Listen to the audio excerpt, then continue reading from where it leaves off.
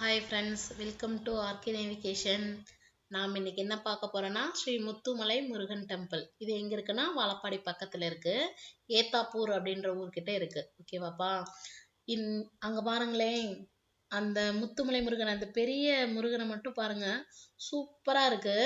அந்த வேல் தெரியுது இருக்கு இல்லைங்களா, அந்த பெரிய வேல், அதுக்குள்ள ஒரு குட்டி வேல் இருக்கும்.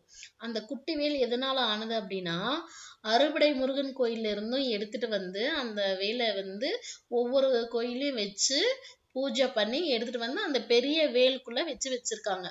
நம்ம ஏதாவது வேண்டதுல இருந்தா அந்த வேலுக்கு வந்து நம்ம அபிஷேகம் பண்ணலாம், பன்னீர் அபிஷேகம். இன்னைக்கு வந்து தைப்பூசமா, அதனால கோயிலுக்கு வரலான்னு வந்தோம். ஆனால் வீட்டிலேருந்து புறப்படும் போதே 12 மணி ஆயிடுச்சு. கோயிலில் வந்து சரியான கும்பல். சரி, வெளியில் மட்டும் கும்பிட்டு போயிடலான்னு பிளான் பண்ணி தான் வந்தோம். அப்புறம் என்ன நடந்ததுன்னு தெரியல, போய் லைனில் நின்னாச்சு. கரெக்டாக 3 மணிக்கு நின்னோம், 7 மணிக்கு தான் சாமி பார்த்தோம். அவ்வளோ ஒரு கும்பல் பார்த்தீங்கன்னா. காலையிலேயே வீட்டில் விரதம்லாம் விட்டுட்டு வரதுக்கு கொஞ்சம் டிலே ஆயிடுச்சு. காலையில் வந்திருந்தா இன்னும் கொஞ்சம் நேரமாக பார்த்துருக்கலாமா என்னவோ தெரில. கரெக்டாக நாங்கள் சாமி கும்பிட்டு வெளியில் வரோம், கூட்டம் அப்படியே ஃபுல்லாக குறைஞ்சிருச்சு.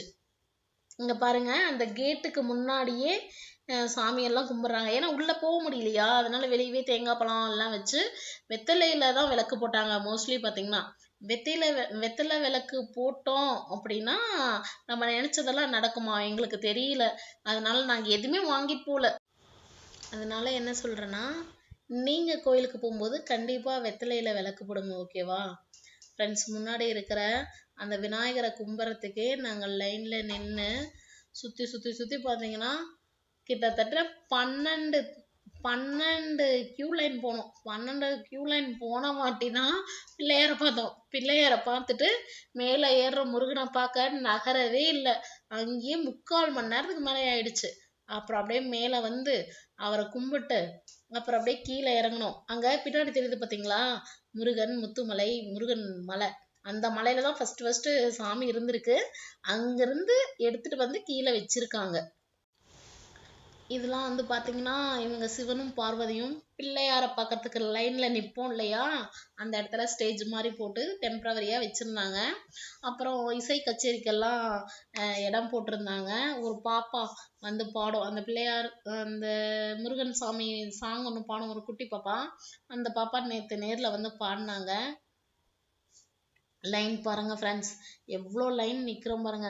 நின்று தண்ணி வேற எடுத்துட்டு போகாத போயிட்டோம். வெளியவே நின்று கும்பிட்டு போயிடலான்னு தண்ணி வேலை வாங்கலையா, பசங்க 2 தவண்டுடுச்சு. அப்படியே ரொம்ப கஷ்டப்பட்டு வந்துட்டோம் ஒரு வழியா சாமி கும்பிட்டு.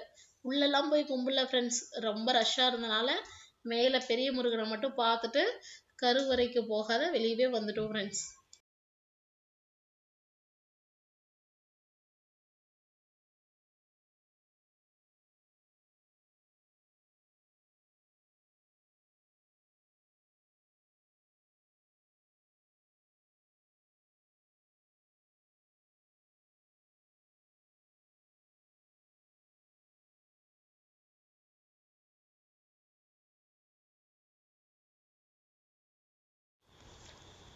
இந்த பிக்சர் பார்த்தீங்கன்னா, முருகன் வந்து வள்ளி தெய்வானையோட நிற்கிற பிக்சரு. அந்த கும்பல்ல இருந்து லைன்ல வரும்போது அவங்கள கிராஸ் பண்ணி வருவோம். நல்லா அழகா இருந்தது, பார்க்கவே சூப்பரா இருந்தது.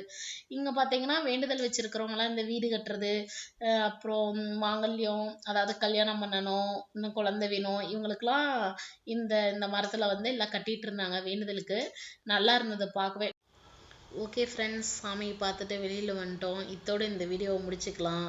இந்த வீடியோ உங்களுக்கு பிடிச்சிருந்ததுன்னா லைக் பண்ணுங்கள், ஷேர் பண்ணுங்கள், கமெண்ட் பண்ணுங்கள், மறக்காமல் சப்ஸ்கிரைப் பண்ணுங்கள். Thank you friends.